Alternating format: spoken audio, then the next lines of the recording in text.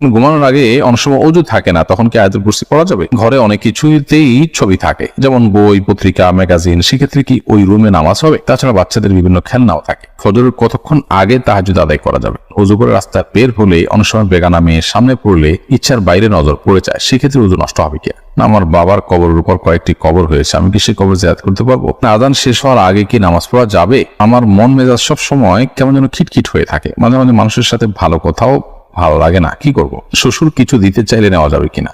প্রশ্নোত্তরের মূল পর্বে প্রবেশ করি। এম কে করিম লিখেছেন, আযান শেষ হওয়ার আগে কি নামাজ পড়া যাবে? আযান শেষ হওয়ার আগে আপনি নামাজ পড়তে পারেন, তবে আযান যখন শুরু হয়ে যায় তখন আযানের জবাব দেয়াতে মগ্ন হওয়া উচিত, যেন আযানের জবাব দিয়ে শেষ করে তারপর আপনি নামাজ পড়তে পারেন, সেটা বেশি উত্তম। তবে আযান চলাকালীন সময় যদি আপনি নামাজ শুরু করে দেন তাতে নামাজ হয়ে যাবে, কারণ আযানের জবাব দেওয়াটা ফরজ কিংবা ওয়াজিব নয়। জুবেল আহমেদ আপনি লিখেছেন, আমার বাবার কবরের উপর কয়েকটি কবর হয়েছে, আমি কি সেই কবর জিয়ারত করতে পারবো? অবশ্যই আপনি করতে পারবেন। একই কবরে অনেক লোক দাফন হয়েছে, সবাই ধ্বংস অবশ্যই সেখানে আছে, বা সবাই লাশ সেখানে মাটি বা গলিত অবস্থায় আছে, কোনো অসুবিধা নেই, আপনি সেখানে জিয়ারত করবেন। আপনার বাবার কবরে, একই কবরে যদি অন্যদেরকেও কবর দেওয়া হয়, তারপর আপনার বাবার যদি আপনার কবর সেখান থেকে তুলে নিয়ে আনা হয়, বরং ওখানে উপরে আরেকটা কবর দেওয়া হয়, যেমন ঢাকার অনেক কবরস্থানে আছে যে নির্দিষ্ট সময়ের পর সেখানে আরেকটা কবর দেওয়া হয় কবরের উপরে, তো এর কারণে আপনি সেখানে জিয়ারত করতে কোনো অসুবিধা নেই। ইয়াসিন আরাফাত লিখেছেন, মানসিক অসুস্থতা থেকে নিজেকে কিভাবে রক্ষা করা যায়? মানসিক অসুস্থতা থেকে রক্ষা পাওয়ার জন্য প্রথমত কোরআনকে সময় দেওয়া দরকার ডিপ্রেশন দূর করবার জন্য। সেই সাথে নবী সাল্লাল্লাহু আলাইহি ওয়াসাল্লাম যে দোয়াগুলো পড়তেন পেরেশানি মুক্ত হওয়ার জন্য, সেগুলো আমরা পাঠ করতে পারি। আল্লাহুম্মা ইন্নী আউযু বিকা মিনাল হাম্মি ওয়াল হাযান, আল্লাহ আপনার কাছে আমি চিন্তা, টেনশন, পেরেশানি থেকে মুক্তি চাই। নবী সাল্লাল্লাহু আলাইহি ওয়াসাল্লাম সুন্নাহ আলোকে, সুন্নাহর অনুসরণে সেই কাজটা করা উচিত। সেই সাথে মানসিক অসুস্থতা থেকে নিজেকে বাঁচাবার জন্য সাইকিয়াট্রিস্ট দেখানো যেতে পারে, দিনদার এবং আল্লাহ ভীরু মানুষদের সান্নিধ্যে যাওয়া যেতে পারে, এভাবে আরো বিভিন্ন পদক্ষেপের জন্য নেওয়া যেতে পারে। মোহাম্মদ আব্দুল্লাহ আপনি লিখেছেন, জান্নাতে যাওয়ার জন্য কিছু আমলি কথা বলুন। জান্নাতে যাওয়ার জন্য ঈমানকে শুদ্ধ করতে হবে, শিরক মুক্ত করতে হবে, তাওহীদকে মজবুত করতে হবে, পাঁচ ওয়াক্ত নামাজকে সর্বোচ্চ গুরুত্বের সাথে আদায় করতে হবে, এবং সেই সাথে বান্দার হক যতগুলো আছে, মানুষের অধিকার, অন্যান্য প্রাণীদের অধিকার, সেগুলো আদায় করতে হবে, সুন্দর আচরণ করতে হবে, হালাল উপার্জন করতে হবে। এই বিষয়গুলো মোটা দাগে জান্নাতে যাওয়ার জন্য সহায়ক।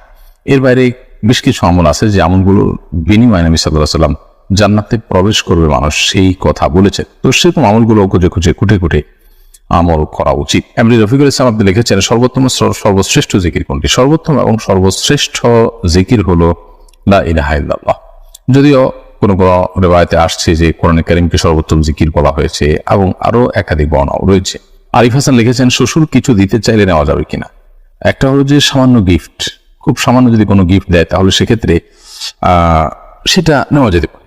যদি সামান্য গিফট না হয়ে যদি বিশেষ কিছু এমন কিছু দেওয়া হয় যেটা আসলে যৌতুকের পর্যায়ে পড়ে, খুব গুরুত্বপূর্ণ কিছু, খুব আপনার দামি কিছু, তাহলে সেক্ষেত্রে অবশ্যই আমাদেরকে খেয়াল রাখতে হবে যে আমরা সেরকম মূল্যবান কোনো কিছু যেটা যৌতুক হতে পারে, যদিও হাদিয়া, গিফট ইত্যাদি বলে দেওয়া হয়, কিন্তু যেহেতু মূল্যবান কিছু সাধারণত শ্বশুরবাড়ি থেকে দেওয়া হয় যে এটা যৌতুকের অংশ হিসেবে দেওয়া হয়, সেই কারণে সে বিষয়ে আমাদের সতর্ক থাকা উচিত এবং সাবধান থাকা উচিত। বন্যা মির্জা লিখেছেন, আমার মন মেজাজ সব সময় কেমন যেন খিটখিট হয়ে থাকে, মাঝে মাঝে মানুষের সাথে ভালো কথাও ভালো লাগে না, কি করব?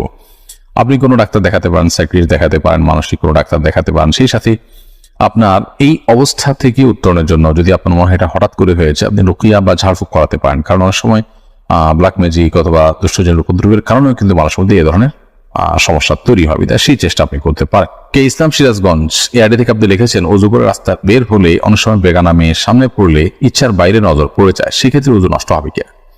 দেখুন, অজু করে বের হওয়ার পর কোনো গায়রে মাহরাম নারী নজরে পড়লে, নারীদের নজরে পুরুষ পড়লে তার কারণে অজু ভঙ্গ হবে না, সাথে অজু ভঙ্গের সম্পর্ক নেই। তবে এটা ঠিক যে ইচ্ছাকৃত যদি আপনি তাকিয়ে থাকেন এবং তার সৌন্দর্য অবলোকন করেন তাহলে আপনি গুনাহগার হবেন, এবং অজুভঙ্গ হওয়াটা তো কোনো দোষের না, সেক্ষেত্রে সেটা আপনি একটা দোষের কাজ করে ফেললেন। এই জন্য সে বিষয়ে আমাদের সাবধান থাকা উচিত। কোন কারণে চোখ পড়ে গেছে ইচ্ছার বাইরে, এর কারণে গুনাহ হবে না ইনশাআল্লাহ, এবং অজুও ভাঙবে না। প্রীতি ইসলাম আপনি লিখেছেন, আমার পিরিয়ড থাকা অবস্থায় আগদ হয়েছে, অজু করতে বলেছেন হুজুর, এতে বিয়ে সম্পূর্ণ হলো? আমি স্বাক্ষর দিয়েছি। পিরিয়ড অবস্থায় আগদ হওয়াতে কোনো অসুবিধা নেই, অজু কোনো জরুরি ছিল না। আপনি প্রস্তাবে সম্মত হয়েছেন, অথবা প্রস্তাব দিয়েছেন, সে পাত্রপক্ষ সম্মত হয়েছে, অথবা প্রস্তাবের কথা লেখা আছে সেখানে আমি প্রস্তাব দিচ্ছি, অথবা আমি কবুল করলাম এই কথা লেখা আছে সেখানে আপনি স্বাক্ষর করেছেন, এরকম প্রক্রিয়াতে বিয়ে হয়ে যাবে। আর যদি মুখে কিছুই না বলেন, শুধুমাত্র স্বামীর ঘরে স্বামী, স্ত্রীর ঘরে স্ত্রী আছে, আপনি নিশ্চয়ই সিগনেচার করুন, তাতে বিয়ে হবে না। এখানে স্পষ্ট বলতে হবে আমি প্রস্তাব দিলাম অথবা আমি কবুল করলাম, এর মাধ্যমে বিয়ে সম্পাদন হবে ইনশাআল্লাহ এবং পিরিয়ড থাকার কারণে এর কোনো ক্ষতি হবে না, অর্থাৎ বিয়ের আগ্রহ সম্পন্ন হওয়ার কোনো ক্ষতি হবে না। আতিক রহমান লিখেছেন, আমার মা আমাকে কথায় কথায় অভিশাপ দেয়, আমার বড় ভাইয়ের প্রবঞ্চনায় পড়ে, আমি সালাম দিলেও আমাকে গালি দেয়, অভিশাপ দেয়, আমি মানসিকভাবে ভেঙে পড়ছি, আমার করণীয় কি? দেখুন, মায়ের সাথে বিনয়ী থাকতে হবে এবং ভদ্রোচিত আচরণ করতে হবে, নরম থাকতে হবে। মা যদি কোনো অন্যায় করেন তারপরও সেটাকে প্রতিবাদ করা, প্রতিরোধ করা বা অন্যদের সামনে যেরকম আমরা রিয়েক্ট করে থাকি সেটি করার সুযোগ নেই। এজন্য এটা আমাদের মাথায় রাখতে হবে। মা যদি অন্যায়ভাবে আপনাকে অভিশাপ দেয়, কেউ তাকে ভুল বোঝায়, তাতে আপনার কোনো ক্ষতি হবে না। আল্লাহ সুবহানাহু ওয়া তাআলা কোরআন কারীমে পরিষ্কারভাবে জানিয়ে দিয়েছেন যে ওয়ালা আজ্জালুল্লাহু ইসতাআজালাহুম বিল খাইরি লাকুদিয়াল আমর। যদি মানুষকে আল্লাহ তাআলা ভালোটা চাইলে যেরকম সাথে সাথে দিয়ে দেন, কেউ যদি বদদোয়া দেয়, খারাপ কিছু আল্লাহর কাছে চায়, এটা যদি সাথে সাথে দিয়ে দেন তাহলে মানুষ শেষ হয়ে যেত। আল্লাহ চেষ্টা করেন না। যদি রাগের মাথা দিয়ে থাকে অথবা অন্যদের পরিচিত দিয়ে থাকে, ইনশাআল্লাহ সেই অভিশাপ আপনার কোনো ক্ষতি করবে না। শিলা আক্তার লিখেছেন, ঘরে অনেক কিছুতেই ছবি থাকে, যেমন বই, পত্রিকা, ম্যাগাজিন, সেক্ষেত্রে কি ওই রুমে নামাজ হবে? তাছাড়া বাচ্চাদের বিভিন্ন খেলনাও থাকে। বোন শিলা, ঘরে বিভিন্ন আসবাবপত্রে যদি প্রাণীর ছবি থাকে তাহলে সেক্ষেত্রে সেই রুমে, বিশেষ করে প্রকাশ্যে যদি থাকে টাঙানো ইত্যাদি, তাহলে সেখানে নামাজ পড়ে, যেখানে নাই সেখানে নামাজ পড়া উচিত। অথবা ওখানে নামাজ পড়তে বলে সেটিকে যথাসম্ভব ঢেকে কোনো কিছু দিয়ে চাপা দিয়ে তারপরে বা ড্রয়ারিতে রেখে তারপর নামাজ পড়া উচিত। না হলে এটি মাকরু হবে, তবে সেখানে আসল নামাজ হবে না এরকম না, নামাজ হয়ে যাবে। এমন শাহাদুল হোসেন লিখেছেন, আমি প্রস্রাব করে টিস্যু ব্যবহার করার পর টিউবওয়েলে চাপ দিয়ে উযু করার সময় আমার মনে হয় আমার পেশাবের রাস্তার মুখে পেশাব চলে আসে, তবে পুরুষ লিঙ্গ দেখলে কোনো পেশাব দেখতে পাই না, এক্ষেত্রে করণীয় কি? এটা অনেক সময় মানসিক জাস্ট একটা ওয়াসওয়াসা, কুমন্ত্রণার কারণে হয়, একটা বিভ্রান্তির মধ্যে মানুষ থাকে। তো এইটা দূরের জন্য নবী সাল্লাল্লাহু আলাইহি ওয়াসাল্লাম আমাদেরকে বলেছেন যে ভিজা হাত দিয়ে ঠিক ওই জায়গাটাতে কাপড়ের উপর থেকে আমরা পানি ছিটা দেওয়া দিই, যাতে করে সংশয় দূর হয়ে যায়, যেগুলোকে পানি মনে হয় যেমন পানি দিয়ে ছিটা দিলাম। কারণ এই জাতীয় সংশয়গুলো আমাদের আমল ইবাদতকে অনেক সময় ধ্বংসের দিকে নিয়ে যায়, নামাজে মনোযোগ হয় না, সমনষ্ট হয়, এগুলোকে পাত্তা দেওয়া উচিত না।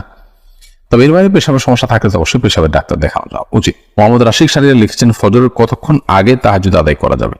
ফজরের ওয়াক্ত হওয়ার ঠিক আগ মুহূর্ত পর্যন্ত তাহাজ্জুদ আদায় করতে পারবেন, তবে সেটা যতটা আগে হবে, বিশেষ করে রাতের 1/3 ফজরের ফরজ নামাজের অন্তত 5-10 মিনিট আগে হতে পারলে ভালো হয়, কিন্তু ফজরের নামাজের ওয়াক্ত হওয়ার ঠিক আগ মুহূর্ত পর্যন্ত আপনি সেটি পড়তে পারবেন। আব্দুল সাত্তার লিখেছেন, ঘুমানোর আগে অনেক সময় ওযু থাকে না, তখন কি আয়াতুল কুরসি পড়া যাবে? অবশ্যই পড়া যাবে। আয়াতুল কুরসি পড়ার জন্য ওযু করা জরুরি না, মুখস্থ তেলাওয়াত করতে হলে ওযু আবশ্যক না, বিধায় আপনি অবশ্যই ঘুমানোর আগে ওযু না থাকলে আয়াতুল কুরসি কেন 3 কুল কোরআন কারীমের অন্যান্য সূরাও আপনি পাঠ করতে পারবেন।